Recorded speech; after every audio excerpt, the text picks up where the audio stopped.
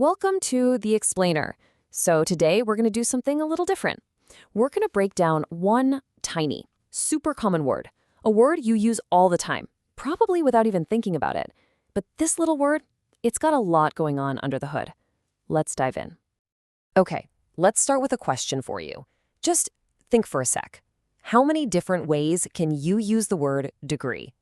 Go on, give it a shot. I bet it's way more than you first think. All right, I'm going to guess the first one that popped into your head was this one, right? The weather. It's 35 degrees Celsius today. Super common, super straightforward. We use it every single day. Okay, but here's where it starts to get interesting. Even if we just stick to the idea of measurement, this one word is already working overtime. So, look at this. On one side, you've got geometry. Super precise, mathematical, right? A circle is always 360 degrees. A right angle is always 90. Then, on the other side, you've got the weather. It might be 35 degrees today. They're both about measuring something, but they feel like they're from totally different worlds. And yet, we use the exact same word for both. All right, let's leave the world of physical measurement behind for a minute. Let's get a little more abstract. Because degree also helps us talk about things you can't just measure with a tool. I mean, think about it. It can mean the level of something. Like, to what degree are you sure about that? Or it's that piece of paper you work for years to get, your university degree. And then it gets super specific in really technical fields, like manufacturing or even pure math. It's all over the place. Okay, so we've got temperature, angles, quality, education, even complex math. You'd think this word is, pretty complicated, right? Definitely not a beginner word. Well, what if I told you that nope? It's actually considered one of the most basic words in the entire English language. Yeah, really. Check this out. 850.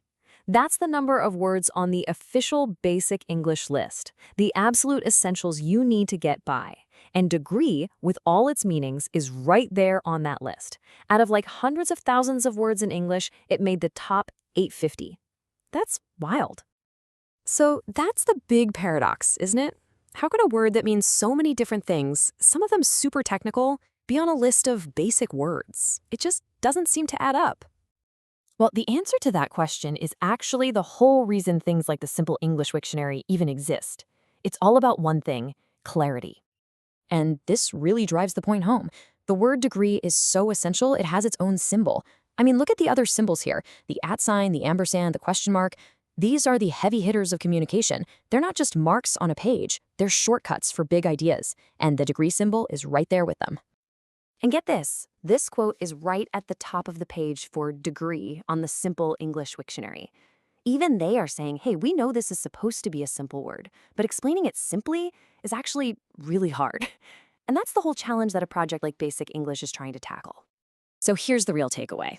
The fact that our most basic words are actually super complex, that's not a bug. It's a feature of language. It shows us why we need simple, clear explanations in the first place.